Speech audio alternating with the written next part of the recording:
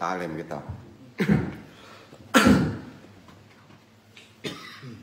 Hari ini kita bahas perkara mazhab, apa itu mazhab, tapi terkait dengan mazhab di dalam tasawuf. Bab terakhir ya, kita tamatkan, mudah-mudahan Allah meridhoi. Assalamualaikum warahmatullahi wabarakatuh. Alhamdulillahirabbil alamin, hamdan habibi, hamdan mustaghfirin, hamdan yuafi Yu'amahu yukafi majidah, asyhadu alla ilaha illallah wa asyhadu anna Muhammadan abduhu wa rasuluh.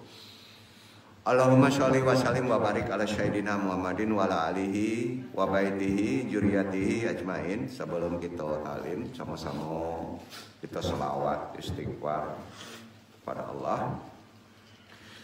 Seperti biasa diikuti hadirin, ridha Allah, luruskan niat.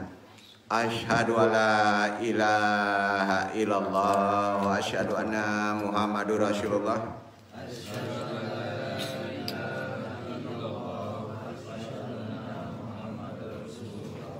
Allahumma sholli ala sayyidina Muhammadin nabi ummi wa ala alihi wa sahbihi wa salim.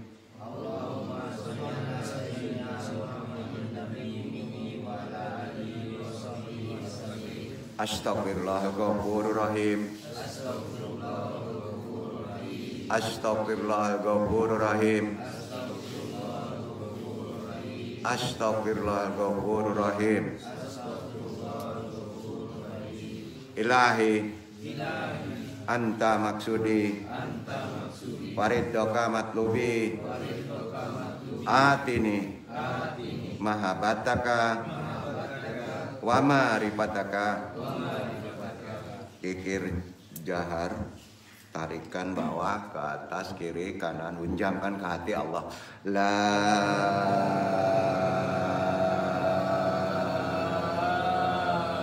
ilaha illallah. La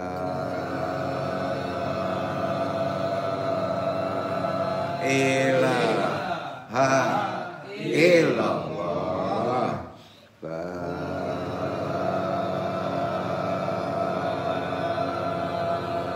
ilaha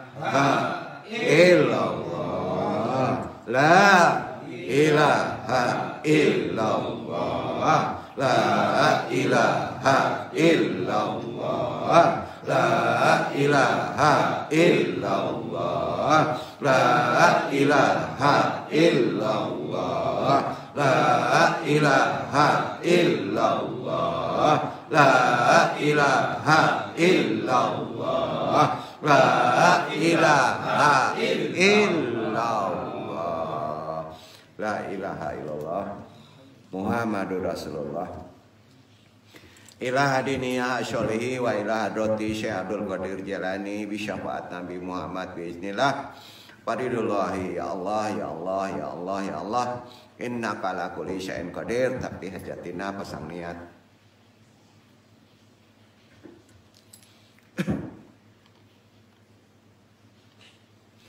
Wa khususon Aba Ruhiyah Nur Muhammadin, khususon ila ruhi Muhammad Nabi Yunaka muslimin mu'minat wa musinin, wabil khusus hadiri al-madi Khalifatul Radin, wabil khusus arwahi juriyatihi, wa khususon arwahi muslimin mu'minin wa musinin. Al-Fatihah. A'udzubillahi minasyaitonir rajim.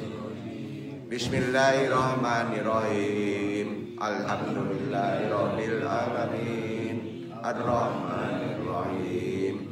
Maliki yaumiddin. Iyyaka na'budu wa iyyaka nasta'in. Ihdinas siratal mustaqim. Siratal ladzina an'amta 'alaihim ghairil maghdubi 'alaihim waladdallin.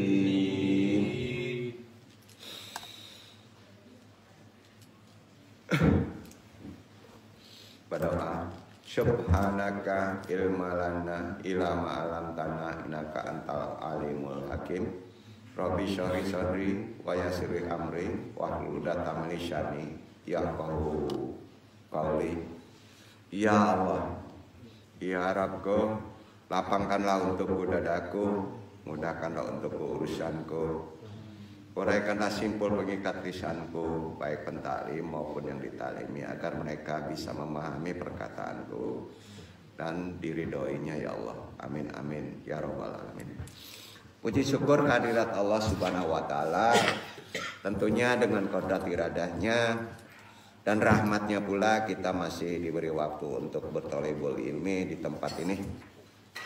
Hadirin jamaah iwan akhwat rahimakumullah yang mengaji secara talaki langsung, baik ikhwan akhwat yang mengaji tidak langsung, semuanya rahimakumullah. Di pertemuan hari ini Al-Fakir yang rendah ini, yang bodoh ini coba membahas tentang perkara mazhab. Mudah-mudahan hari ini bisa dituntaskan, dikaitkan di bab terakhir ini dengan mazhab dalam tasawuf. Jadi tasawuf itu ada mazhabnya. Ya. Bismillahirrahmanirrahim. Amma ba'du. Suka atau tidak suka, hingga hari ini masih selalu ada pandangan negatif terhadap amalan-amalan tasawuf maupun torekot sebagai salah satu hasanah ilmu dalam Islam. Masih berdebat, bahkan ada yang menegatifkannya. Usaha saling lempar pendapat pun mulai tidak bisa dielakkan, ya. Lalu menganggap masing-masing paling benar, ya. Dalam risalah YMA hari ini menutup kaji masalah saluran aliran mazhab, bukan bermaksud untuk memperuncing perbedaan, ya, tetapi untuk meyakinkan dari perspektif para pengikut imam mazhab fikih, ya. Dan untuk kita yang bertarekat, tentunya yang merasa Islamnya bermacam khususnya, ya. Antum semuanya bermacam enggak? Mazhab, ya. Kalau ditanya mazhab antum apa? Syafi'iyah, ya. Apa itu Syafi'iyah? Nah, makanya ngaji kemarin baca yang belakangnya. Salah, ya. Aswaja, ahli sunnah wal jamaah, gitu, ya. Ya. Kalau antum kuliah di Al-Azhar ditanya 3-4 nasyab, ya. Daftar nama siapa? Misalnya Pak Uji bin Syukri bin, kakeknya tuh bin lagi. Kalau nggak tahu asal buat aja, ya, kan?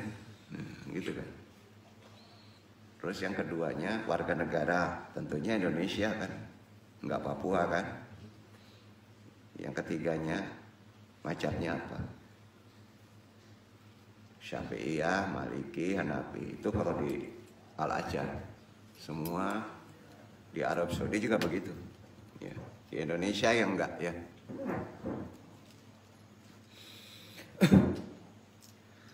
Khususnya yang bermazhab dalam ahli sunnah wal jamaah atau singkatannya aswaja. Ini kita bahas tentang apa itu tasawuf dan torekot. Nah, jadi sekedar andung mengingatkan kembali, dalam dunia tasawuf dikenal istilah torikoh, ya. Tasawuf pasti ada torikoh, nggak mungkin tasawuf nggak punya torikoh. Isi tasawuf itu bertorikoh. Jadi kalau ditanya berteori beramalnya torikoh, nggak bisa lepas, karena amalan tasawuf itu ya bertorikot. Ya, jadi kalau tasawuf kita mengikuti teori tasawuf, amalannya nggak ada, ya sama juga bohong, ya. Nggak bisa lepas tasawuf dan tarekat itu. Tarekat artinya kan jalan, kita berjalan. Tasawuf mempelajari petanya, jalannya, teorinya kan, nah, amalannya. Jalan untuk apa? Jalan untuk menggapai keridhaan Allah Subhanahu wa taala. Ya. Jangan salah terka, jalan menuju kepada Allah itu pengertiannya tinggi banget gitu, ya. Kita setiap hari jalan menuju Allah. Percaya nggak Bapak berjalan menuju Allah? Buktinya umurnya dipendekin terus kan? Iya kan? Nah, betul. Iya kan, itu bukti kita jalan, yakin. Kita sedang hari ini berjalan, tek menuju Allah terus kan. Itu bertarekot. Jadi dengan pengertian ini bisa digambarkan adanya kemungkinan banyak jalan. Banyak ya, yang namanya jalan kan banyak, gak satu. Ya, maka tarekot banyak. Sebagian sufi menyatakannya begini. Aturu biadadi anfasil makhluk. Artinya jalan menuju Allah itu sebanyak hitungan nafas makhluk. Ya. Jangan disandarkan ke tarekot aja. Hitungan nafas makhluk banyak gak? Banyak ya. Jadi banyak jalan menuju Allah banyak. Kadang-kala Allah berkehendak nggak melalui tarekot aja. Ya. Orang yang ini ya, yang khusyuk banget gitu di sholat bisa menuju kepada Allah. Ya. Ya. Arti kata orang yang syariatnya betul-betul ikhlas bisa menuju kepada Allah walaupun itu tidak bertarekot. Ya. Jadi aneka ragam dan bermacam-macam. Tapi walaupun banyak orang yang hendak menempuh jalan tersebut, ya, terutama jalan khusus ya, melalui amalan-amalan tasawuf dan amalan tarekot, harus berhati-hati. Karena kenapa mesti hati-hati? Begini, faminha mardudah wa minha makbulan. Artinya dari sekian banyak jalan ada yang sah, ada pula yang tidak sah jalannya ya. Faminha mardudah wa minha makbulah. Ada yang sah, ada yang tidak sah, ada yang diterima jalan itu, ada pula yang tidak diterima jalan itu. Ya. Yang dalam istilah tarekot disebut mutakbaroh wa gairu mutakbaroh. Tarekot mutakbaroh. Pernah dengar kan? Nah itu dia. Awalnya tarekot dari Nabi, ya, yang menerima wahyu dari Allah Subhanahu Wa Taala. Awal orang bertarekot itu dari Nabi. Nabi itu menerima wahyu dari Allah melalui malaikat Jibril. Betul kan? Alaihissalam. Jadi semua tarekot yang mutabaroh itu sanad silsilahnya, sanatnya mutasil. Bersambung seperti tadi.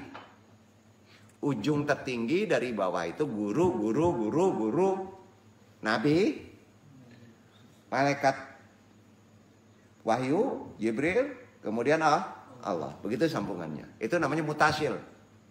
Bersanad, bersambung. Nah, kebanyakan orang tidak tersambungnya dari guru ke guru itu nggak ketemu. Ya, nah, di situ. Kalau suatu tarekot sanadnya tidak sampai hingga ke Nabi, maka tarekot itu tidak sah. Maka tarekot itu disebut gairu mutakbaroh. Gairu mutakbaroh.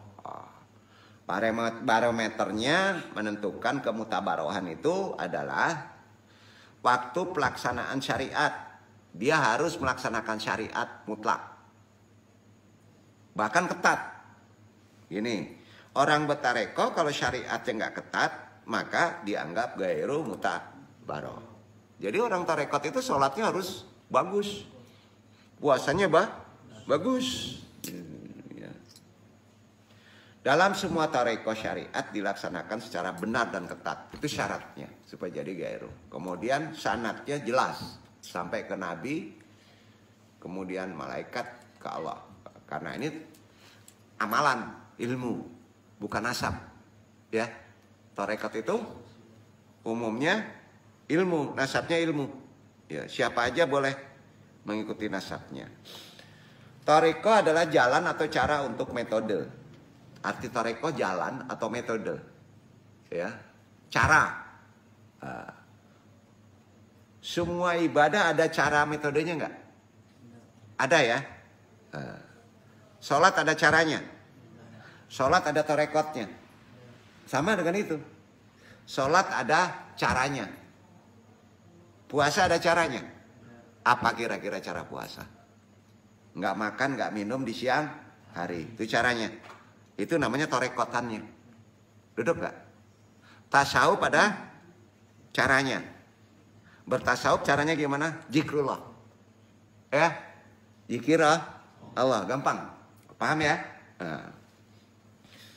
Sholat caranya, torekotannya gimana? Sehari 5 kali. Hukumnya wajib. Gitu ya. Nah, banyak. Ya. Haji ada caranya. Ada. Caranya gimana? Harus ke Masjid Hijau di Kurinci. Nah, itu salah. Salah ya. Salah jalan ya. Nah, sama itu salah jalan. Itu berarti torekohnya gairu muta baroh hajinya. Duduk gak? Ya. Nah, gitu. Caranya bertarekot itu syariatnya ketat. Ya.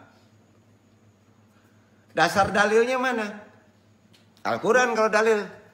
Nah, tanya sekarang gini, antum bertarekot, dalilnya mana? Dari Allah ke mana? Dari Allah nih.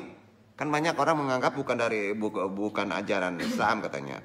Nah, dalilnya Al-Jin. Suratnya Al-Jin. Kau ngeliat Al-Jin kemana-mana nih. Kalau Al-Jin tuh sifatnya yang tidak terlihat, jalan yang tidak terlihat. Ya. Al-Jin ayat 16. Coba dibaca dulu. Itu tariqah.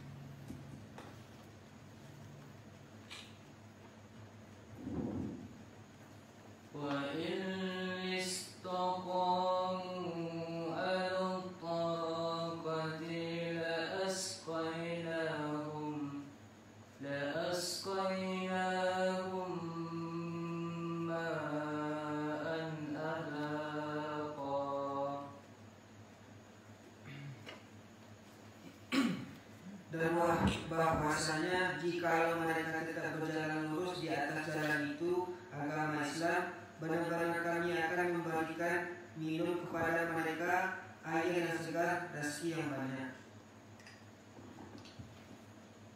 Dan jika manusia tetap pada suatu torekoh jalan, ada torekoh gitu. Kalau manusia mengikuti torekoh jalan, ya pasti mereka akan mendapatkan air yang menyegarkan. Sifat hidup pasti haus. Pasti ya. Pasti ya. Nah, jadi bertarekat nggak boleh dipaksa, kehausan tuh.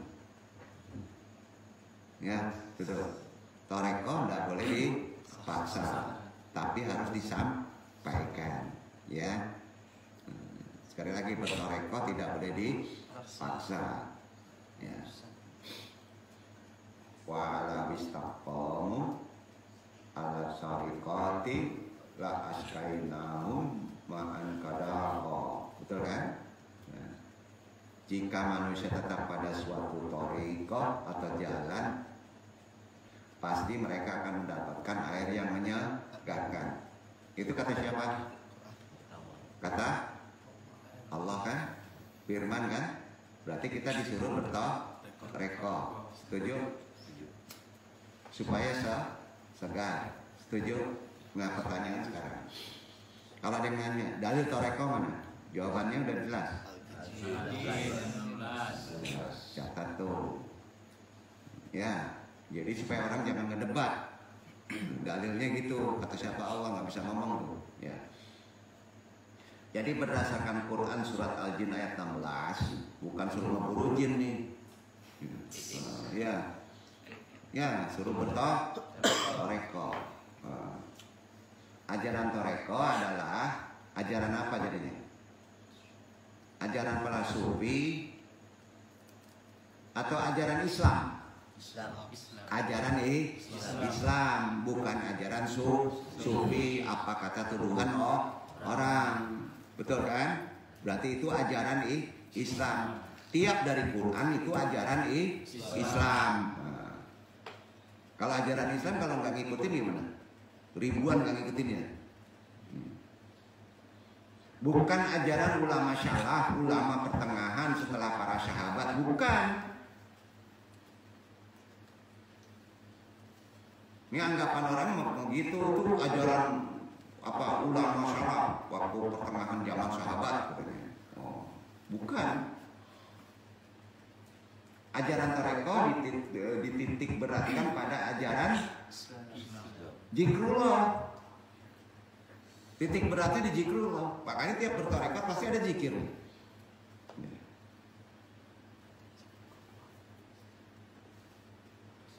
Jadi ajaran torekat itu ajaran Islam atau ajaran sufi? Islam.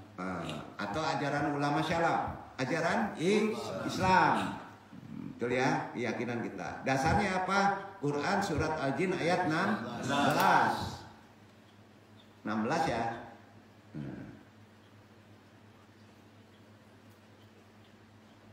Kita bahas amalannya. Zikrullah dicontohkan oleh Nabi enggak? Contohkan. Nabi dari siapa? Dari Allah. Nah, amalan torekot adalah zikrullah. Dalilnya mana? Kalau dia nanya dalilnya, Al-Ahzab 21 tuh dia, catat. Dalil amalan ajaran torekot firman Allah, yaitu Al-Ahzab ayat 21. Jadi gampang ya. Tolong dibaca.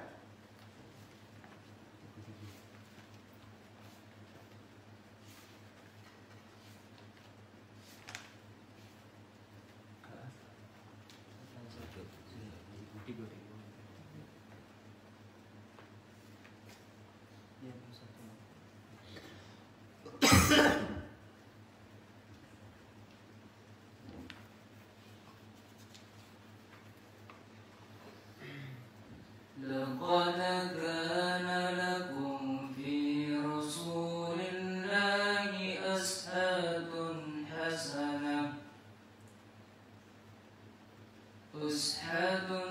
حسنة لمن كان رجو الله يوم الآخر واليوم الآخر وذكر الله كثيرا. Sesungguhnya telah ada pada diri Rasulullah itu suri tauladan yang baik bagimu, yaitu bagi orang yang mengharap rahmat Allah dan kedatangan hari kiamat dan dia banyak menyebut Allah. Betul. Berarti khusus ya. Zikrullah ini bukan sholat. Sholat kan zikir, ingat Allah. Zikrullah ini yang la ilaha illallah, Allah itu, ingat Allah itu zikrullah. Itulah yang disebut bertemu Allah. Betul kan? Pengen ketemu Allah. Amalannya gimana? Ke Mekah? Bukan. Ke langit 7? Bukan. Ke masjid? Enggak. Ya.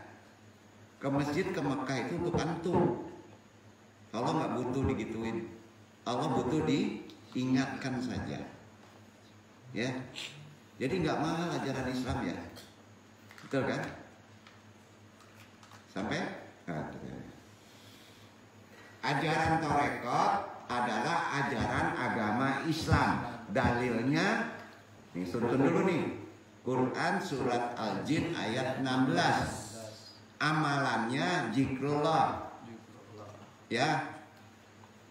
Dasarnya Quran surat Al-Ahzab ayat 21.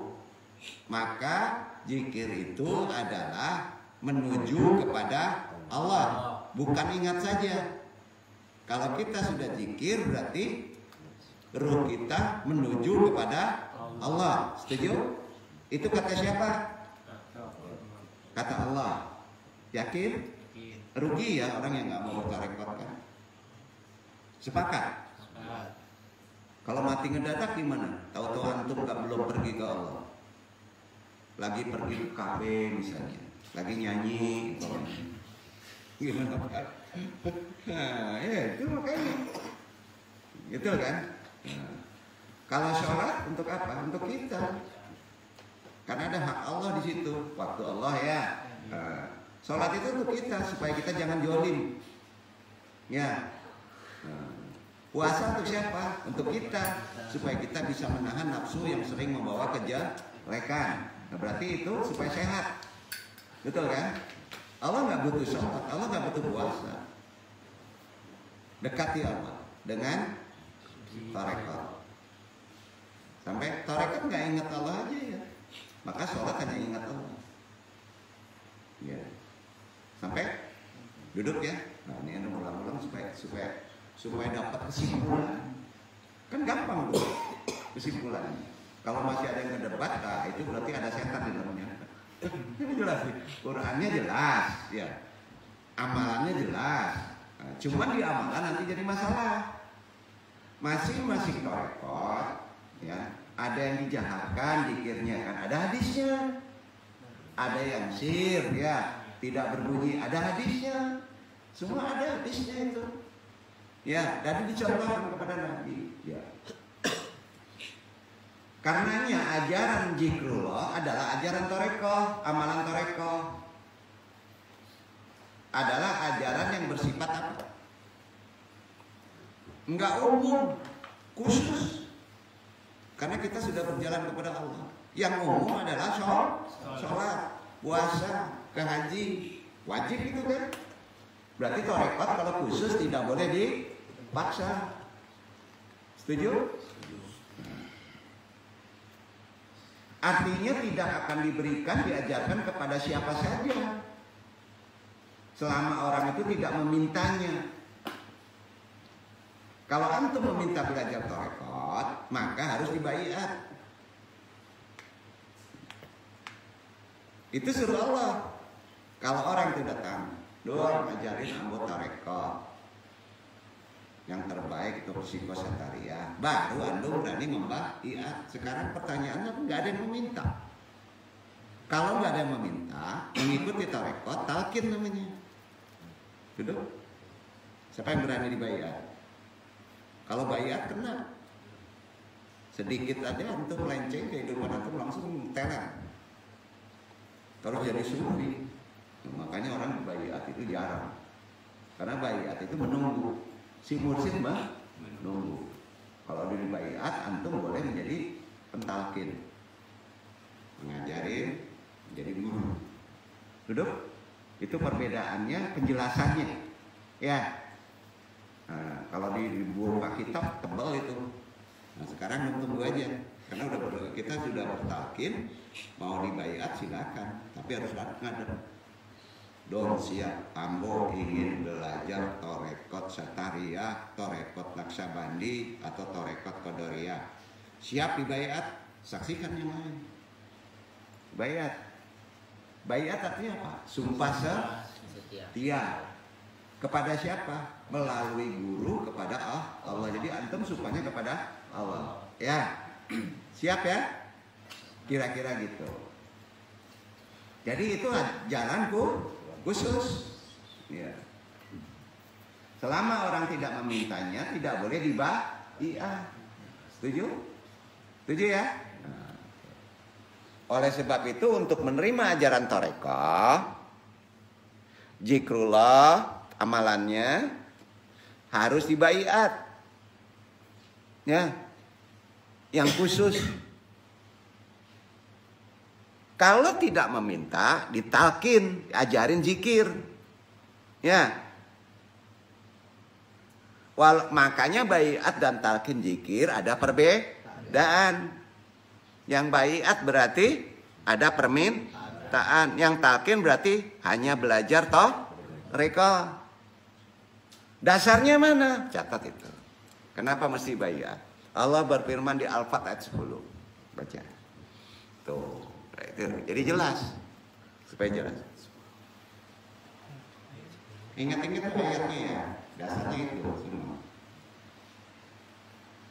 Innal ladzina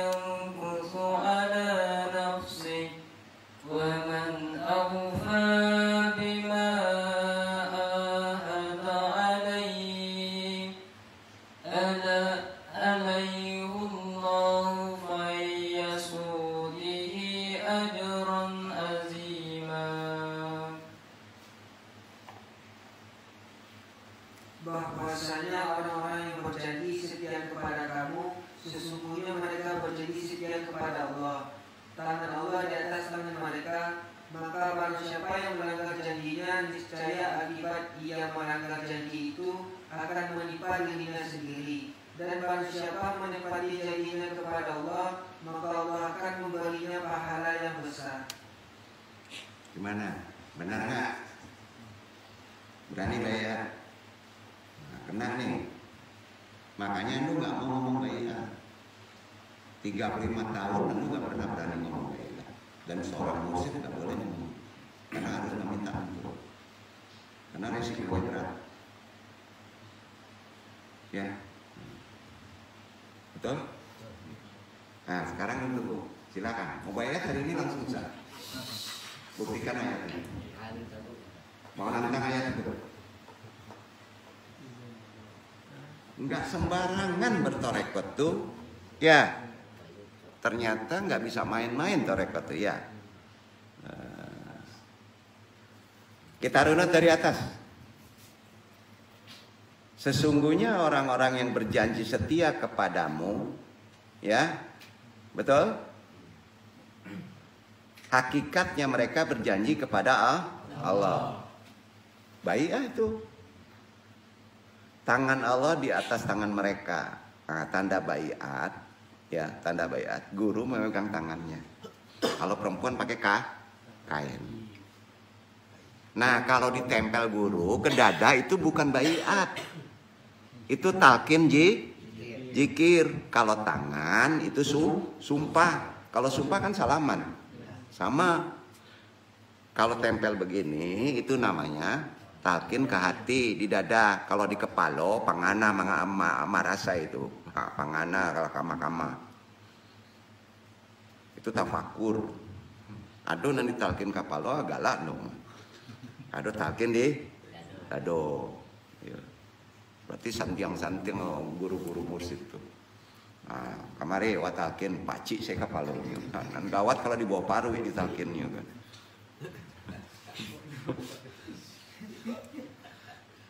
Ala paham tuh? Kalau baiat sumpah. Kalau melanggar setia itu akibat buruk pelanggar itu akan menimpa diri kamu sendiri. Itu Quran. Itu kata Allah. Jadi kalau ingin membuktikan ya begitu. Siapa yang menepi janji, maka dia akan dianugerahi pahala yang besar. Paham maksud Andong? Selama ini bertarekot tidak mau berbicara baiat, paham ya? Ya. Apalagi zaman sekarang malie paus ya, tabulala wa lupo jus gitu. Ya, Quran. Betul kan? Nah. Jadi kalau dirunut dari atas kita udah tahu ya. Quran surat Al-Jin ayat 16 untuk apa? Betul kan? Al-Ahzab 21 amalan rekod. Al-Fat ayat 10 berbaiat. Sampai itu putarannya rekod. Udah selesai rekod, udah habis. Ya, sampai di sini berhenti kan? Ngeri juga ya bertarekot ya. Udah talkin aja. Ya, nanti kalau mau baiat pas kita udah mau mati, udah tua-tua, ya, betul kan? Nah, kebanyakan memang di baiat udah mau bau tanah, ya, umumnya. Ya. Maka ajaran tarekot itu ajaran khusus, tidak boleh dipaksa. Setuju? Setuju. Setidaknya untuk Iwan akademis yang lain tahu tujuan tarekot itu apa. Ternyata ajarannya khusus. Tapi sangat bersyukur kalau orang hanya sudah dapat talqin. Ya. Yang duduk terakhir setelah babak belur kena baiat. Melanggar juga terjun setinjau laut. Patah tigo. Dan duduk. Setinjau laut tahu? Itu buktinya. Ingin coba. Ayo. Biasanya pintar itu dicingkaha dulu kan Pak. Ingin coba. Silakan. Baiat gini.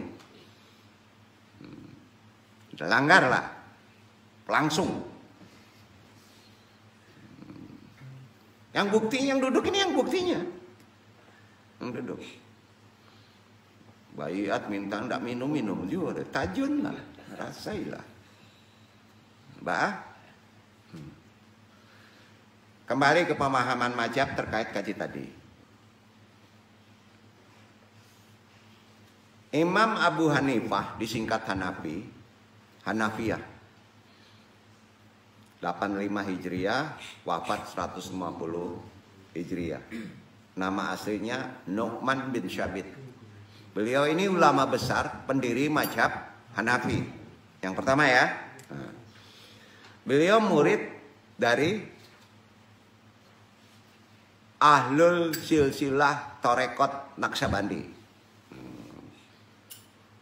Berarti mazhab Hanafi ya bertorekot. Torekotnya Naksabandiyah. Guru mursyidnya Imam Ja'far Asy-Syadiq radhiyallahu anhuma. Jadi berkaitan dengan hal ini, Jalaluddin Asyuyuti dengan kitabnya Durrul Mansur meriwayatkan bahwa Imam Abu Hanifah sama sekali tidak menolak tasawuf, justru sebaliknya beliau mengikuti amalan rekod. Begitu juga kata Ibnu Abidin meriwayatkan bahwa Imam Abu Hanifah, ini saksi-saksinya ya. Karena ada orang yang menyebut mazhab itu tidak bertarekat. Salah. Ibnu Abidin meriwayatkan begini. Imam Abu Hanifah, in lam yakun limudati amaini hawailun li. Kalau bukan karena 2 tahun, maka celakalah aku.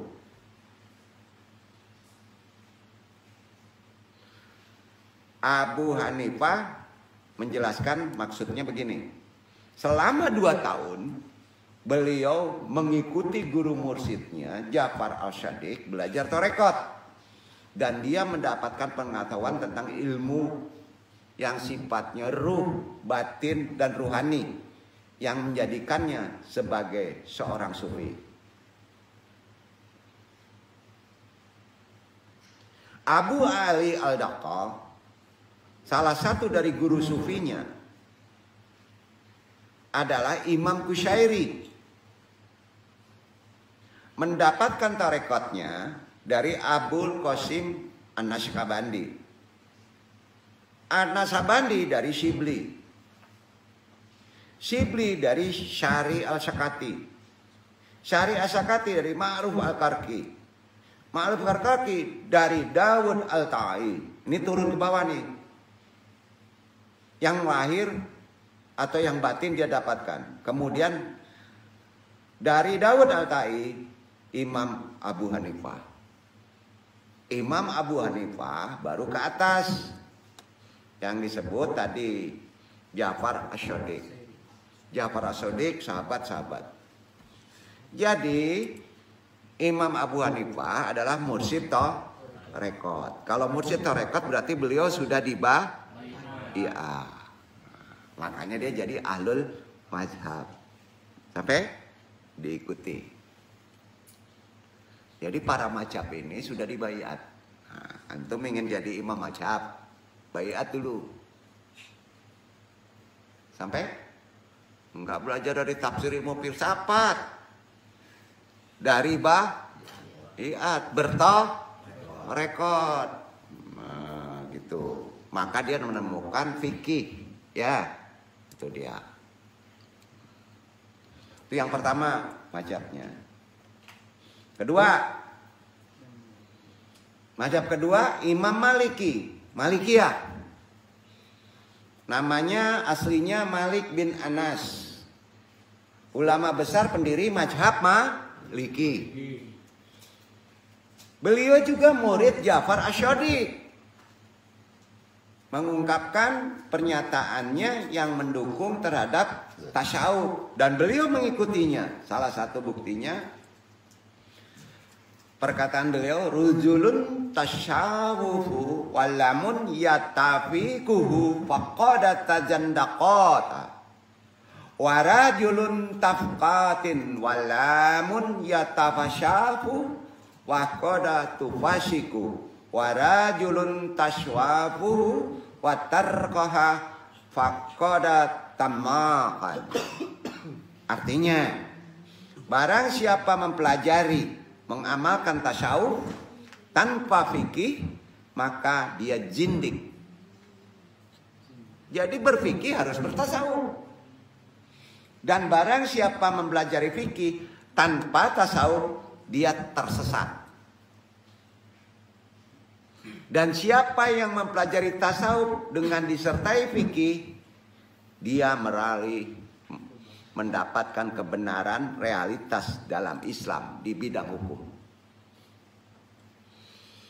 Ini bukunya dikarang oleh Ali Al-Adawi, di nama bukunya Ulama Fikih, ya. Bukunya Ulam Al-Fikih berada di juz 2 halaman 195. Itu referensinya. Sampai? Ya, jelas? Jadi fikih itu didapatkan orang-orang dulu bukan dari ijtihad saja, tapi bertarekat. Nah, ya. Imam Malik wafat tahun 179 Hijriah. Demikian juga Imam Malik, ulama Madinah, Beliau ini ulama Madinah, sangat dikenal kesalehannya dan kecintaannya kepada Rasulullah yang begitu dalam. Dia sangat menghormati, memuliakan Nabi Shallallahu Alaihi Wasallam. Bahkan saking hormatnya kepada Nabi, dia tidak mau menaiki onta atau kuda di kota Madinah. Kenapa? Kenapa? Untuk menghormati bumi yang menutupi jasad Rasulullah SAW di Madinah. Begitu penghargaannya. Dia juga tidak mau meriwayatkan suatu hadis. Imam Malik kan hadis. Hadis Malik. Hadis Imam Malik. Kan banyak tuh. Sahih. Meriwayatkan apapun hadis. Terlebih dahulu mengambil air wudhu. Tidak mau batal wudhu. Padahal hadis. Begitu penghormatannya Imam Malik. Ibnu Al-Jauzi menuturkan, Abu Mus'ab berkata, saya masuk untuk bertemu dengan Malik bin Anas. Beliau berkata kepada saya, tengok ke bawah tempat sholat atau sajadah saya. Lihatlah apa yang ada di sana. Kemudian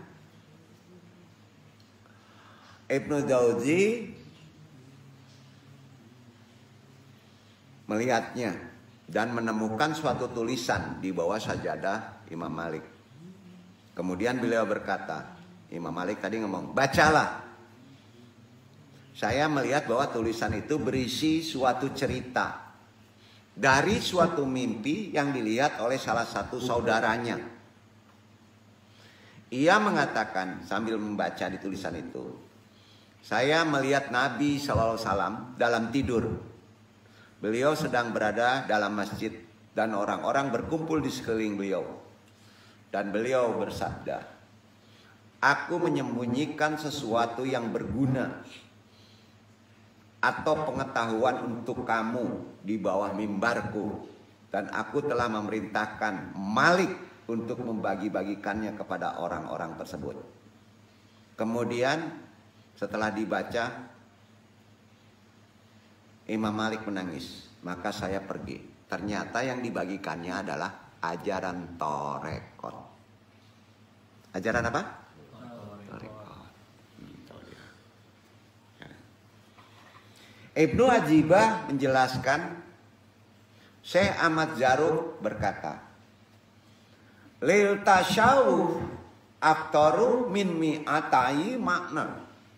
Wa kullu hatta dulu ala zadiyatil insani fi muajahatillahi wa kulli maknan yata'alaku biminjatihi wa tishai wa umki kibiratihi wa marifatihi wa masyarihi ala hadihil asyai yu'asyatu fahmahu al-syawu fi'atuhu mislah hada waddaka.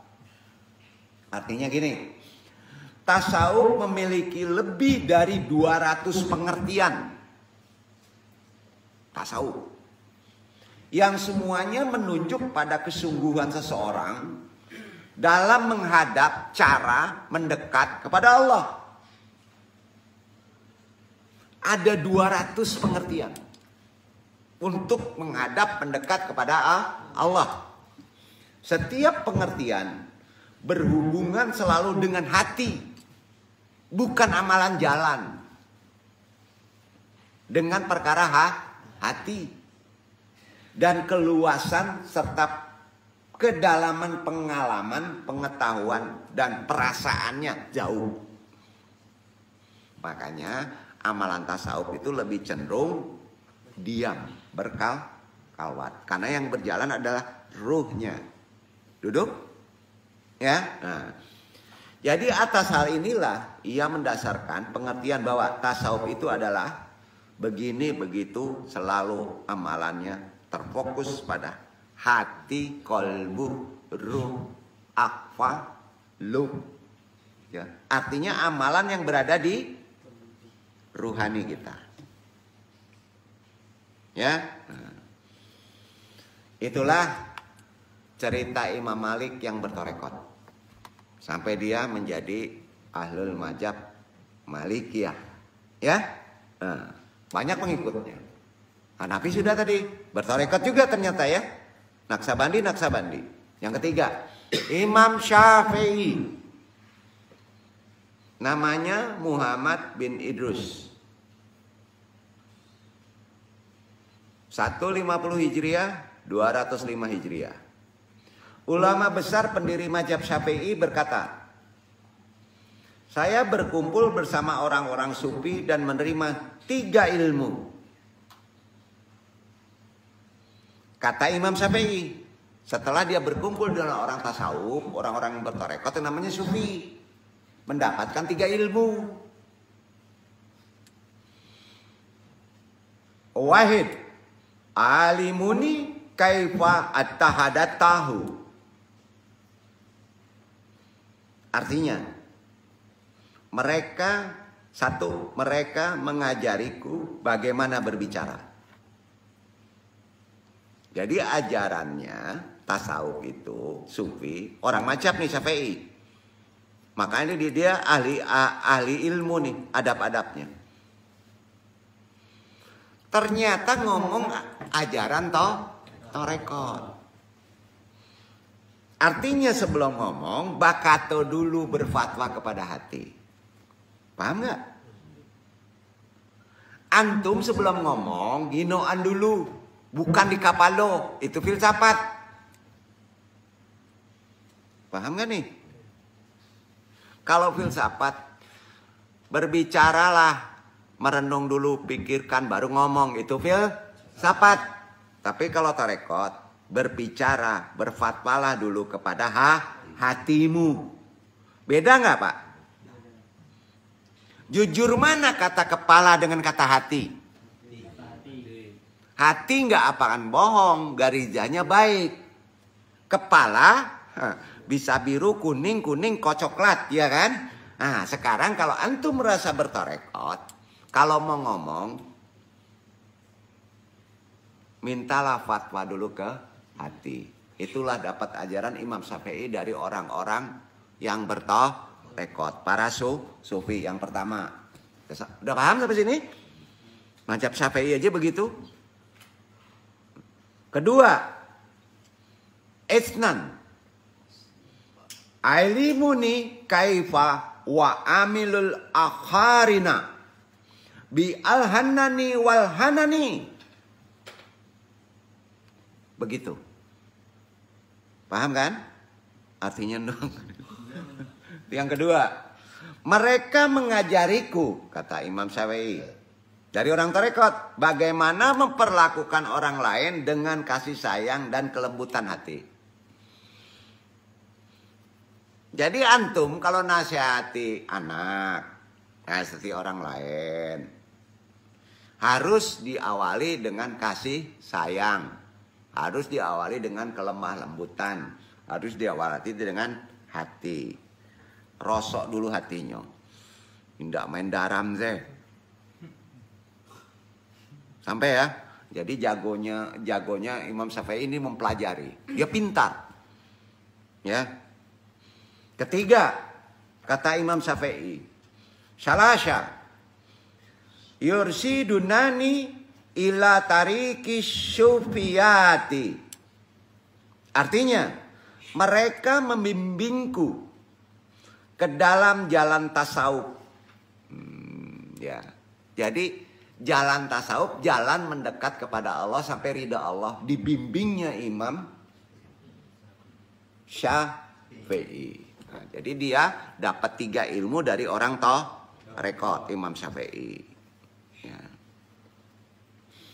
Ini semua ada di riwayat dengan kitab Kasyaf Al-Kafa dan Mujid Al-Albash, Imam Al-Juni karangannya, juz 1 halaman 341. Referensinya itu.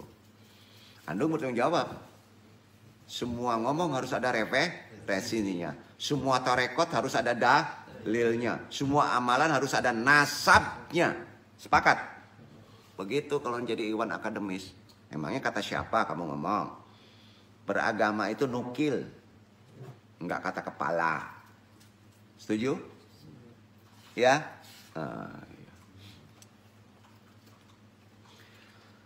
Imam Syafi'i yang bermadzhab fikihnya paling berpengaruh di Nusantara, yang berpengaruh di Indonesia itu mazhab fikihnya. Padahal Imam Syafi'i bertorekot, banyak torekotnya, ngikutin torekot. Ya. Paling berpengaruh adalah fikih Imam Syafi'i di Indonesia ini, sangat alim. Tapi ingat, beliau juga ahlul tasawuf. Ya. Kalau yang dua di atas ahlul tarekot. Kalau tarekotnya banyak ahlul tasawuf. Duduk kan nih? Sampai ya? Tasawuf kan isinya tarekot-tarekot. Iya kan? Nah. Mazhab fikihnya paling populer di Indonesia, di Nusantara. Sangat alim, sangat ahli ilmu tasawuf. Hal ini seperti apa yang dituturkan oleh Al-Hafidz Asy-Syuyuti yang mengungkapkan dalam bukunya Tayyid Al-Haqiqat Al-Aliyah. Itu kitabnya. Bahwa Imam Syafi'i pernah berkata, saya menyertai para sufi. Yang kedua nih, dapat 3 lagi hal. Yang tadi udah 3 tadi kan. Cara bicara tahu. Menasihati dari hati. Diajarin tasawuf. Maka dia ahlul tasawuf. Yang ketiga dapat lagi nih. Karena bergaul dengan orang tarekot Imam Syafi'i ini. Imam Syafi'i jago, pintar itu. Baru ngelihat aja udah langsung kebaca dia. Kemarin biografinya udah dibahas kan. Yang 3 ini adalah wahid aulan,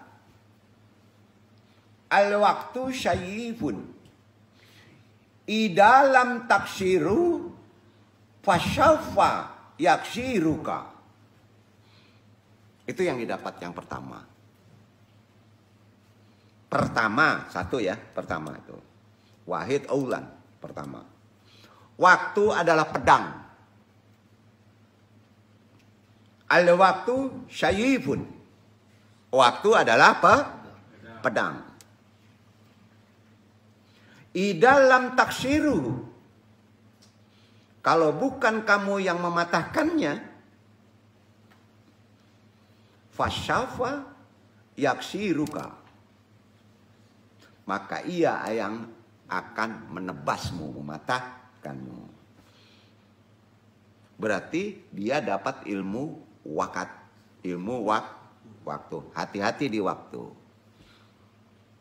Itu ilmu tasawuf. Ya, ilmu tasawuf. Makanya tepat waktu. Ya. Gunanya apa? Supaya antum dicabut nyawa dalam keadaan baik. Karena kalau antum dipanggil Allahu Akbar sudah tepat waktunya di masjid, maka antum dijamin pas dicabut angok tidak dalam keadaan di kafe. Aku kafe lagi ya. Pasti di masjid. Pasti dalam keadaan baik. Ini yang takut yang sering di kafe, Pak. Mati kacau kita. Lagi nyanyi kan, nggak ada lagi zikir, Pak ya. Nah, makanya tepat waktu. Ya. Nah, jadi ilmu wakat itu jago juga Imam Syafi'i. Ya. Yang kedua yang didapatkan dari bergaul dengan orang-orang tarekot. Isnan sanian. Idalam tashal guru kabil haqqi fasafa tubkika mashulan bil batili. Kedua, isnan sanian. Apabila kamu tidak terus menyibukkan egomu, apabila kamu tidak terus menyibukkan egomu dengan kebenaran. Ego itu bursti. Tapi ego itu harus disibukkan dengan kebenaran. Paham? Paham gak nih? Kamu punya ego. Tapi ego itu harus disibukkan. Ego kebenaran. Ya. Kalau kamu tidak demikian, maka ia akan menyibukkanmu dengan kepalsuan. maka ego itu akan menyibukkan kamu dengan kepalsuan. Itu didapatkan dari orang-orang rekod. Imam Syafi'i ilmunya. Idalam tashal gururuka bil haqqi fasawafa tubkika mashulan bil batili. Apabila kamu tidak terus menyibukkan egomu dengan kebenaran dalam hidup, maka ia akan menyibukkanmu dengan kepalsuan dalam hidup antum. Keren gak tuh? Imam Syafi'i belajarnya sama orang torekot. Torekot belajarnya dengan zikir. Nggak buka buku, nggak kuliah di UIN. Nggak ada akademisnya. Ya kan? Betul kan?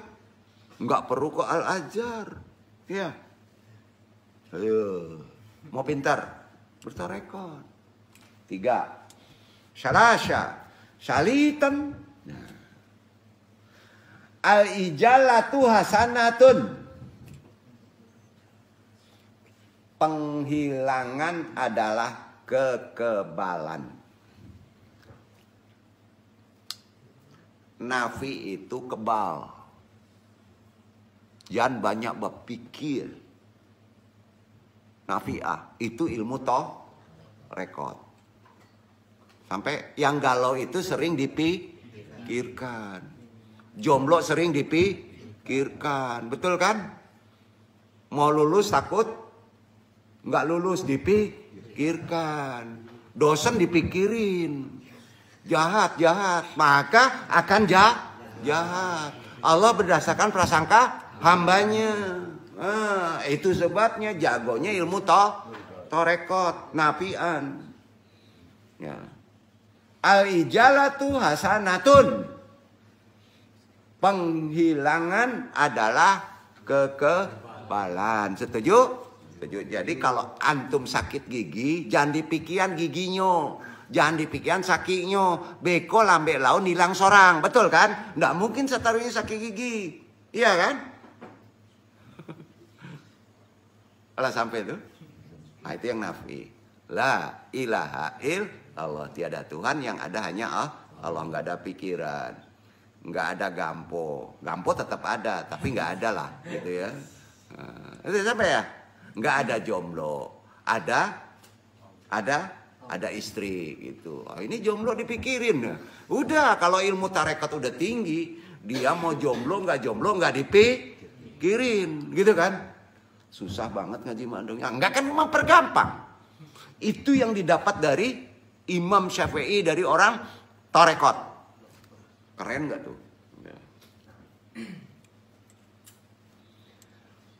Al-Ajluni juga meriwayatkan bahwa Imam Syafi'i mengatakan begini. Apa kata-katanya? Salah satu asya'a ahabuha fi hadal alami. Tajanubu tajahuri wa mu'amalatin nas. Amalatin nasmumi amalatan hasanatan. Watiba'a tariqabu sufiati.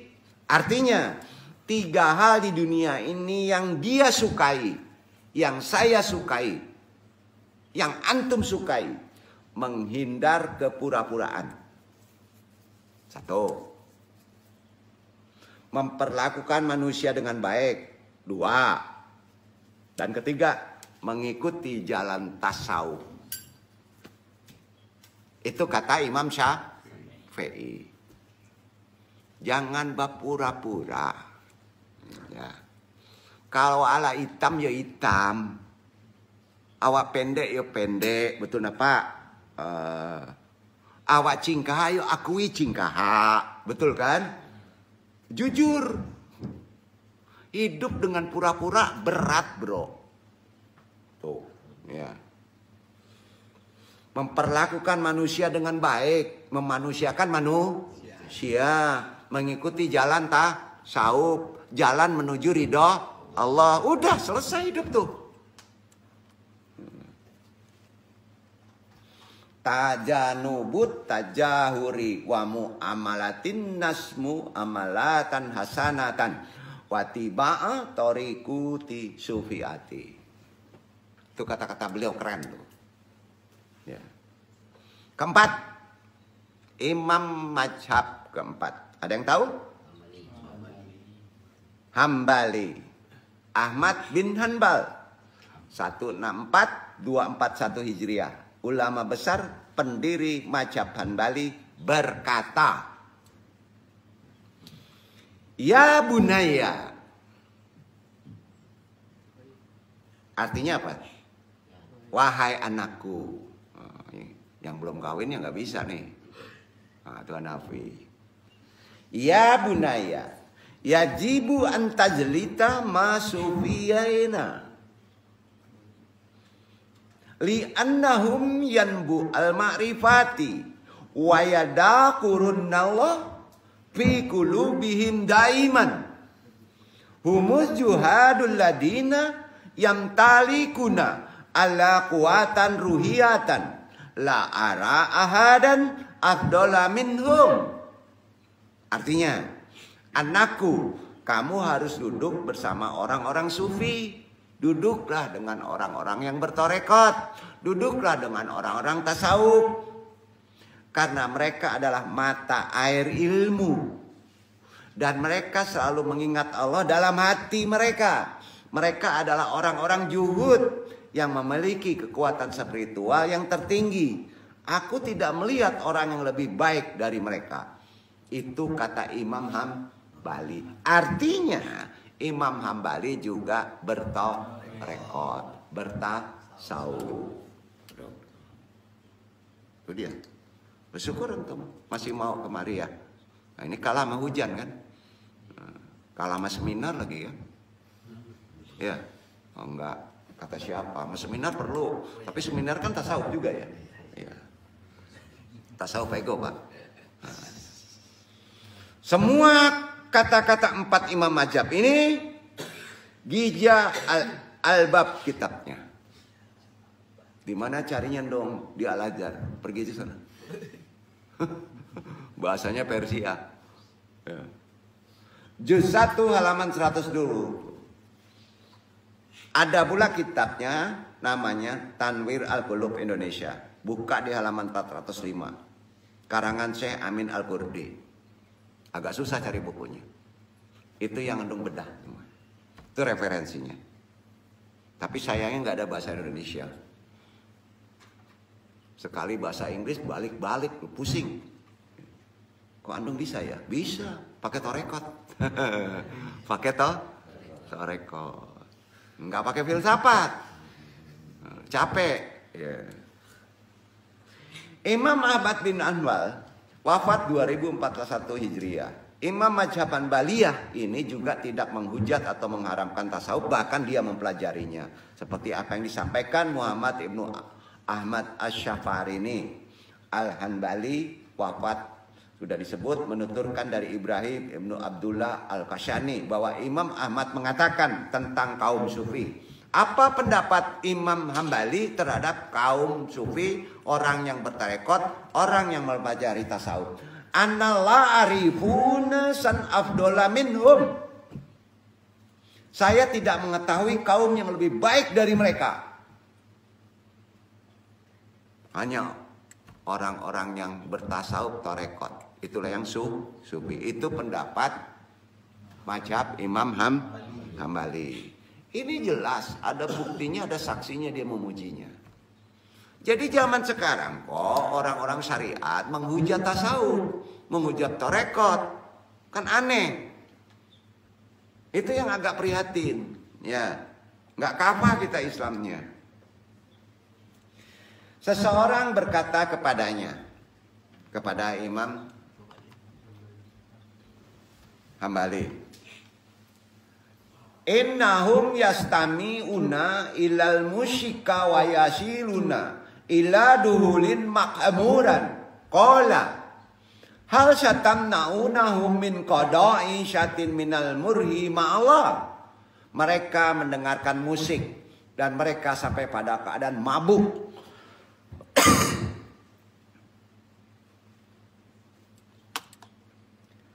Imam Hambali beliau berkata, apakah kamu hendak mencegah mereka untuk bersenang-senang selama sejam bersama Allah? tidak membid'ahkan. Jangan dilarang. Kalau orang sudah lagi bersenang-senangan dengan Allah dengan caranya. Sampai? Nah, tuh Rumi gimana? Putar-putar pakai musik. Ya kan? Ingat, musik ada yang haram. Ada yang halal. Ada yang makruh. Sepakat? Tidak dong bahas, nanti di majap lain. Itu ilmu cetek, cari sendiri di Google banyak itu. Ketemunya baca kak taruh isi. Enggak ketemu kesimpulan. Ya. Ada petik, ada pukul, ya. Ada petik, ada pukul, ada tiup. 3. Yang terbaik pukul. Bam, bam, bam, rebana. Yang petik tidak ada. Tiup boleh. Udahlah kira-kira gitu ya. Ada petik, ada tiup, ada pukul. Yang banyak dipakai? Ya. Betul? Nah. Di kita mana? Tiga-tiganya pakai kan? Syafi'i. Syafi'i itu. Jangan gali khilafiyah ya. Harus jelas hadisnya. Jadi bukti-bukti kekaguman Imam Ahmad terhadap kaum Sufi, baik Imam Hambali terhadap kaum Sufi, baik Imam Malik terhadap kaum Sufi, dapat dilihat dari keterangan-keterangan tentang penghormatan beliau terhadap Harith al-Muhasyibi. Sang imam juga menyadari tentang sulitnya jalan Sufi, sulit jalan tarekat itu, harus dibaiat, tidak berani berbuat salah. Untuk mereka yang tidak dipersiapkan untuk mengikutinya, ya.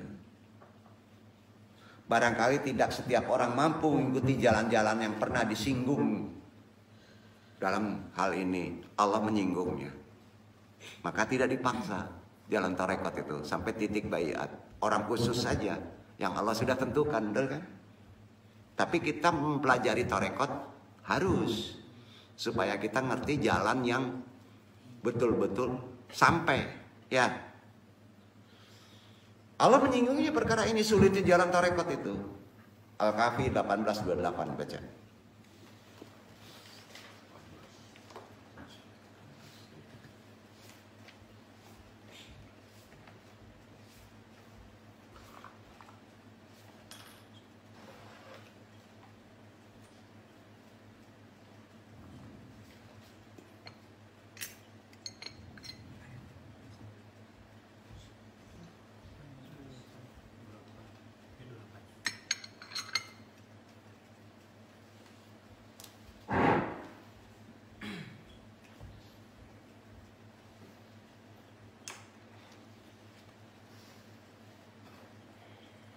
واصبر نفسك مع الذين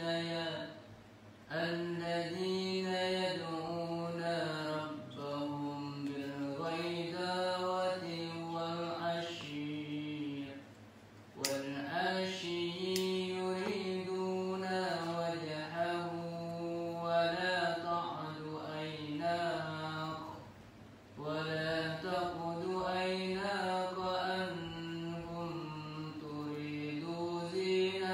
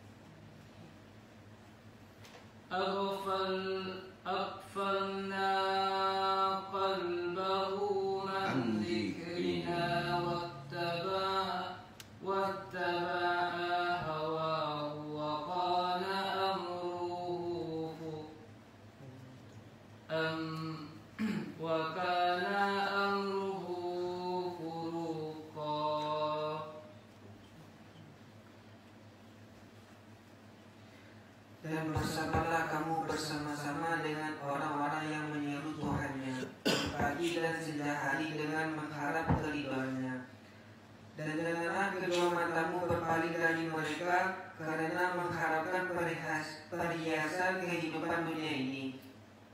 Dan janganlah kamu mengikuti orang yang hatinya telah kami lalaikan dari mengingati kami, serta menuruti hawa nafsunya, dan adalah keadaannya itu melewati batas.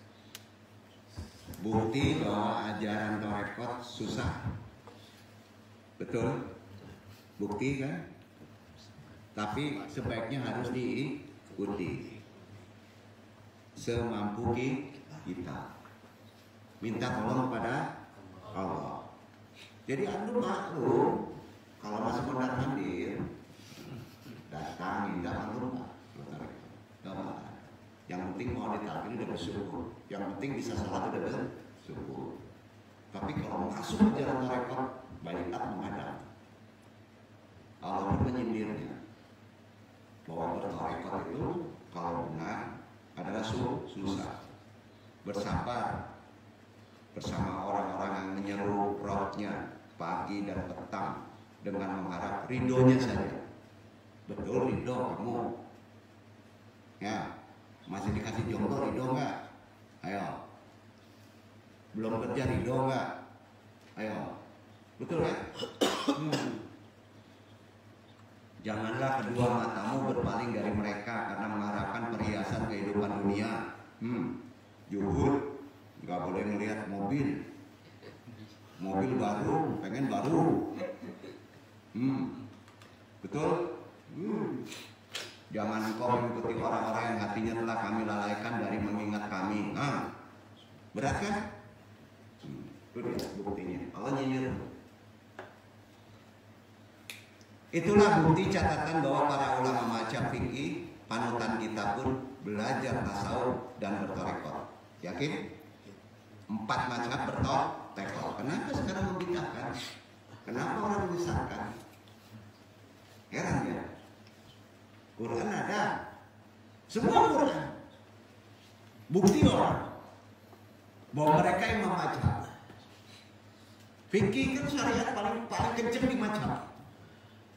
Perbedaan pula. Enggak, mereka enggak bertarekat, dia mengandalkan logika, enggak begitu. Alhamdulillah, bersyukur kita. Antum bisa bertemu belajar tarekat. Ribuan orang mengindahkan tarekat. Ribuan. Bahkan orang tebal-tebal buku tasawufnya. Zikirnya nggak pernah. Unik. Ya. Tahu mobil nggak dipakai kan? Lucu kan? Mobilnya 20, 30 di rumah tapi nggak dijalanin semuanya. Kan lucu kan? Itulah kehidupan orang sekarang. Nah sekarang tanya, di UI ada tareketannya.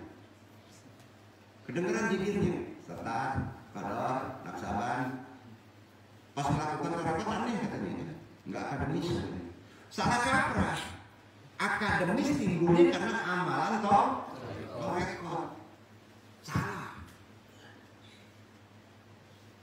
Sangat salah. Mana dulu tarekat dulu, al-ajar dulu. Ya. Tarekat dulu kan? Bukan akademis kan? Sekarang kalau sudah nggak ada terbalik, udah kita balikin lagi. Ya. Balikin dong, balikin. Kita kepada Allah. Betul kan? Ada lagunya kan? Iya, setuju. Makanya orang sering nyebut ajaran-ajaran tarekat itu terbalik. Memang terbalik. Tapi dalam kebaikan. Berdebat harus ada ilmu. Harus.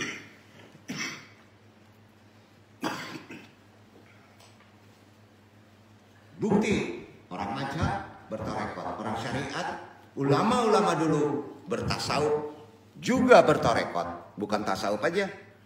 Bahkan mereka menekankan terlebih dahulu betapa pentingnya belajar tasawuf didahulukan, bertarekat didahulukan, sehingga ibadah yang dijalankan tidak kering dari ruh yang menghidupkan ibadah. Setuju? Sehingga pada praktek ibadah tidak berhenti pada gerakan badan saja, tapi berlanjut dengan gerakan batin yang selalu berjalan mendekat kepada Allah, kapan dan dimanapun juga. Itu sebabnya krisis dekadensi moral yang melanda bangsa kita, khususnya umat di dunia ini umumnya, salah satunya karena nilai-nilai ajaran tasawuf dan amalan tarekat tidak dilaksanakan, tidak ditegakkan. Kenapa? Karena itu salah satu penyeimbang amalan syariat yang sudah diamalkan. Makanya sering kita mendengar banyak yang sudah sholat, banyak yang puasa, tapi masih mau jolim, korupsi, nyuri, marab, melalaikan amanah. Banyak kan? Nah. Jadi saatnya kita ini calon ulama ya. Mudah-mudahan jadi calon ulama, memperhatikan praktek keagamaan yang harus terintegrasi. Bahasa kerennya gitulah ya. Antara praktek syariat dan praktek ruhani. Di Quran kan ada ayat mutasyabihat, ada ayat muhkamat. Integrasikan kan, itu furqan kan. Di samping bersyariat harus pula bertariqah. Jelas, apalagi kehidupan sekarang. Sehingga Islam bisa dipelajari secara apa? Kata Quran, kata Allah. Kafah. Apa? Kafah bukan ahli tafsir, bukan ahli fikih. Kafah itu bertasawuf, bertarekat, berhakikat, bermakrifat, juga kuat syariat. Itu yang kafah. Sepakat? Berat ya, kalau kafah berat. Tapi kita harus kafah.